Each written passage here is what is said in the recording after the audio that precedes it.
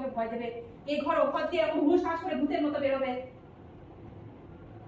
এই তোমার কি হয়েছে? এই ওরকম করে কেন কাঁদাচ্ছ? কি আশ্চর্য! দেখ লাঠি কই, লাঠি কই। এই